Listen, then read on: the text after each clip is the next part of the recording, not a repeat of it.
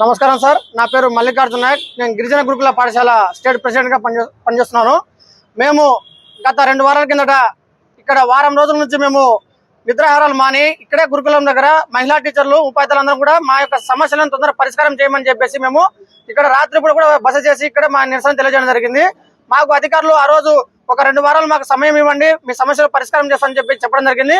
మేము వారి యొక్క అభ్యర్థన మేరకు ఖచ్చితంగా మేము 2 వారాల సమయం ఇచ్చి ఇప్పుడు మళ్ళీ ఇక్కడ నిరసన చేయడానికి రావడం జరిగింది. కానీ ఆ రోజు ఏ విధంగా అయితే మా సమస్య ఉందో అలాగే మా సమస్య కొనసాగుతుంది, కానీ మాకు ఎక్కడ కూడా న్యాయం జరగట్లేదు. మాకు గతంలో డిఎస్సి జరగడం వల్ల మేము 1118 మంది రోడ్డును పడ్డాము. మేము గతంలో కూడా 45 రోజులు నిరసన కూడా చేశాము. ఆ రోజు మా గిరిజన శాఖ మంత్రి గారు మీ ఉద్యోగాలు ఎక్కడికి పోవు, మన విద్యాశాఖ మంత్రి గారు చంద్రబాబు గారు మీకు హామీ ఇచ్చారు, మీకు ఎవరికి తొలగించము అని చెప్పేసి మాకు దాదాపుగా మిగతా అన్ని ఛానల్ కూడా రావడం జరిగింది. అవన్నీ కూడా ఆధారాలు మా దగ్గర ఉన్నాయి. ఈ రోజు మా ఉద్యోగాలు పోయి 2 నెలలు అవుతుంది మేడం, మాకు ఉద్యోగాలు ఉన్నాయా లేవా, మాకు ఉద్యోగాలు కల్పించండి. మేము గత 10-15 సంవత్సరాల నుంచి మేము ఇదే గురుకులం నమ్ముకుని పనిచేస్తున్నాము. మేము ఒక గిరిజన శాఖ మంత్రిగా మేము గిరిజనులందరం కూడా ఉన్నాము, ఇక్కడ దళితులం ఉన్నాము, అందరం కూడా పేదవాళ్ళం ఉన్నాము. మాకు ఇది తప్ప వేరే మార్గం లేదని చెప్పేసి మేము ఎన్నోసార్లు విన్నవించాము. ఎన్నోసార్లు సాలూరు కూడా వెళ్ళి కూడా మేము మా యొక్క సమస్యను తెలియజేశాం. కానీ మా సమస్యను మా గిరిజన శాఖ మంత్రి గారు కానీ విద్యాశాఖ మంత్రి గారు కానీ అధికారులు మమ్మల్ని పట్టించుకోవట్లేదు. కాబట్టి మా యొక్క సమస్యను తొందరగా పరిష్కరించి మా అందరి టీచర్లను కూడా గురుకులానికి పంపించి మా యొక్క కుటుంబాలను ఆదుకోవాలని చెప్పేసి మేము ఈ యొక్క ప్రభుత్వాన్ని విన్నవించుకుంటున్నాము. ధన్యవాదాలు. గురుకుల పాఠశాల టీచర్స్ యొక్క సమస్యల నిమిత్తము నా పేరు సచివత్ అండి.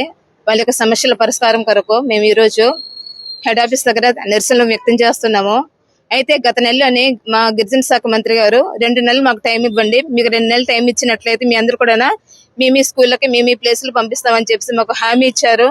కానీ ఇచ్చిన హామీ అయితే హామీగా నిలబడిపోయింది, కానీ మాకు ఎట్టి పరిస్థితుల్లో న్యాయం చేసే పరిస్థితి అయితే కనబడతలేదు. మేమందరూ కూడా గిరిజనులు అండి. కేవలం గిరిజనులమనే చిన్న చూపుతోనే ఒక మా మనోభావాలు దెబ్బతీసేలాగా ఈరోజు మా జీవితాలు రోడ్డు మీద పడ్డా కూడా తను పట్టించుకోకుండా మమ్మల్ని ఎలాగే విడిచిపెట్టారంటే చాలా దారుణమైన పరిస్థితి అండి.